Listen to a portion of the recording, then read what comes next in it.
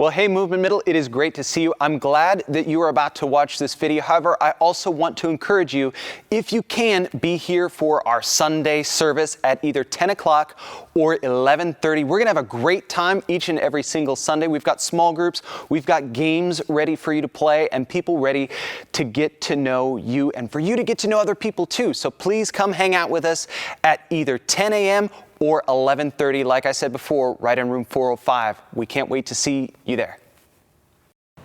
What's up, Movement? For those of you who don't know me, my name is Fabian, and we are in week 2 of our series called This or That. And this series focuses on one thing that all of us struggle with in some way or another, and that's comparison. For those of you who don't know what that means, it's when we hold our this to someone else's that in their lives. And suddenly we just don't feel like we measure up. That's comparison. And it's a bigger part of our lives than most of us realize. And today we're going to talk about one of the most powerful feelings comparison brings out of us. And that feeling is jealousy. You see, jealousy is a very specific type of comparison. It's what we feel when we want something that someone else has. And it happens more than you realize. It happens when that kid in your class comes in with that brand new iPhone, but you still have that old Android. It happens when the other kid gets picked first in sports and you get picked last. It's when your friend is so popular and fun that everybody wants to be around him, but no one's around you. It's when the kid in your small group has 2 parents living at home, but your family's separated. It's when your sibling gets more attention than you. And this list can go on and on. If we really think about it, jealousy can show up in just about everywhere we turn. And while it may not seem like a big deal at first, jealousy has the potential to do harm to both the way we see ourselves and the way we see others. For starters, jealousy can cause you to feel insecure. The more jealous we become of someone else, the more insecure and uncertain we feel about ourselves. And that insecurity can quickly lead us to become unhappy. Unhappy with our stuff, unhappy with our appearance, unhappy with our friends, unhappy with our family. It's hard to be happy with what we have or who we are when we're letting jealousy motivate the way we see others and ourselves. And sometimes we're so jealous of what the person has that we get mad. Mad at our parents for not letting us have what we want. Mad at God for not giving us the life they have. And sometimes mad at the other person just for having what we want. Or maybe we don't experience a lot of jealousy when we compare ourselves to other people, because maybe we feel that our lives is pretty good. Honestly, if we're being honest, sometimes we look at other people compared to us and we feel like we're better than them. We might even look down on them because we feel they don't measure up. But the problem with comparison is that it's a cycle. It's never enough. While we may feel great in our lives right now, it's never enough. We always find something new or something better. And we keep comparing. We keep trying to measure ourselves to others and eventually keep getting jealous. It never stops. And this is where jealousy can get real tricky, because it doesn't just impact us. It impacts our relationships with other people. When we're jealous of someone else, we sometimes start distancing ourselves from them. We try to avoid them because we don't want to deal with the jealousy we feel when we're around them. Or we start talking about them behind their backs. We tear them down to make ourselves feel better. And eventually we stop being able to be happy for them at all. We stop being able to celebrate the good things in their lives because it only reminds us of what's missing in ours. That's what jealousy does. It keeps us from celebrating the good things around us, both in our lives and in the lives of other people. And for me, that's not the kind of life I want to live. I don't want to be unhappy simply because this in my life doesn't compare to that in someone else's. I don't want to be the kind of friend, the kind of family member that can't be happy for someone else or even myself. And if I could be real this morning, for so long when I was young, I was always bullied for the things, I was always bullied and pushed around and beat up for the things I didn't have or the things I did. That made me, and really, it made me start hating myself. I started telling myself maybe if I was skinnier or not Hispanic or had more money, that people would respect me and want to be around me. And if I'm being real this morning, I still struggle with it. There are days when I look at people around me and I'm like, man, if I could just sing like that person, if I could just look like that person, or if I could just get the chance to do what they're doing, I would be happy. You see, this feeling caused me to dislike people for the gift that God has given them. You see, everyone deals with jealousy. So what do? How do we keep ourselves from letting jealousy and comparison change the way we see ourselves and others?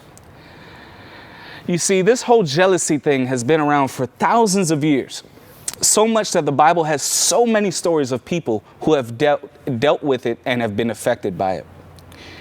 And today we're going to focus on a person whose story is so crazy because he went from being a shepherd boy to a hero on the battlefield to eventually becoming king.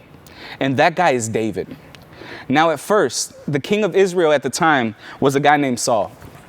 And he really liked David. After all, David killed the giant named Goliath and saved the nation during battle. That was a big win for Saul's army. Excited over the victory, the people of Israel greeted King Saul with a parade to celebrate as the army returned home from battle. And that's when things started to change. See, Saul had a major issue with the way people decided to celebrate. The song they sang celebrated King Saul and David. And as king, Saul didn't want to share his fame and popularity. Let's take a look what he says in 1 Samuel 18, 8-9. He says, it says, this made Saul very angry.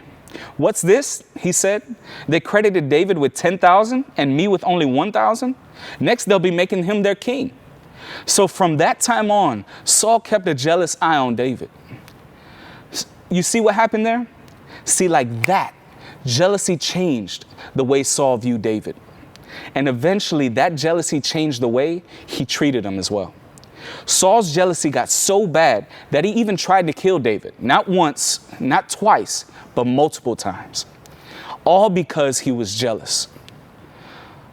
And listen, Saul was happy with his life and even his relationship with David until he started comparing himself to David. That comparison led him to jealousy. And that jealousy changed everything. It changed Saul. It changed his relationship with David. And it consumed a big part of Saul's life. Saul spent a lot of his time as king thinking of ways to hurt David. And I know that's a dramatic story, but that's what jealousy has the power to do. To change the way we see what we have. To destroy our relationships with other people. To kill our ability to celebrate the good things happening in our lives and in others. When we compare ourselves to other people, we end up not celebrating others or ourselves in the process. You see, in Proverbs 14:30, it says, a heart at peace gives life to the body, but envy rots the bones. Envy is just another word, another way to say jealousy. And just like the verse says, it has the potential to rot or break down your bones. And do you guys know how important your bones are to your body? Without your bones being healthy, you can't walk. You can't reach for things. You can't do many things that you normally do in your day. You see, and that verse said it breaks down or rots your bones. I want you guys to know the importance of that. And what this verse means, it's really saying that jealousy impacts our lives from the inside out. When you compare your life to someone else's, the jealousy you feel eats at you. It can even rot your ability to celebrate anything good. That's what happened to Saul. Jealousy rotted everything in his life. But David, he kept his heart at peace. And that's what gives life to the body. See, while jealousy breaks down, peace builds up. So even though David was hurt by Saul's jealousy, he never went down the road of comparison with Saul himself. David kept his eyes on what was promised to him, the good in his life, and that helped him stay at peace. And the same can be true for us. When we keep our eyes focused on what we do have and stop focusing on what others have, we'll be able to enjoy our lives, enjoy the good in our lives and in theirs, and we'll find more peace. So how do we avoid comparison and jealousy and choose to celebrate others and ourselves? I think we could do two things. Number one is to start with you. Think about what you do have that's worth celebrating. And trust me, there is something worth celebrating. And number two, celebrate someone else. And I don't mean just anybody else. I want you to try and find a way to celebrate the person you are jealous of right now. I know it's not going to be easy, but remember, celebration will help you move towards peace. And just to let y'all know, prayer is a great way to start celebrating and appreciating someone else. Well, God bless you guys, and see you next week.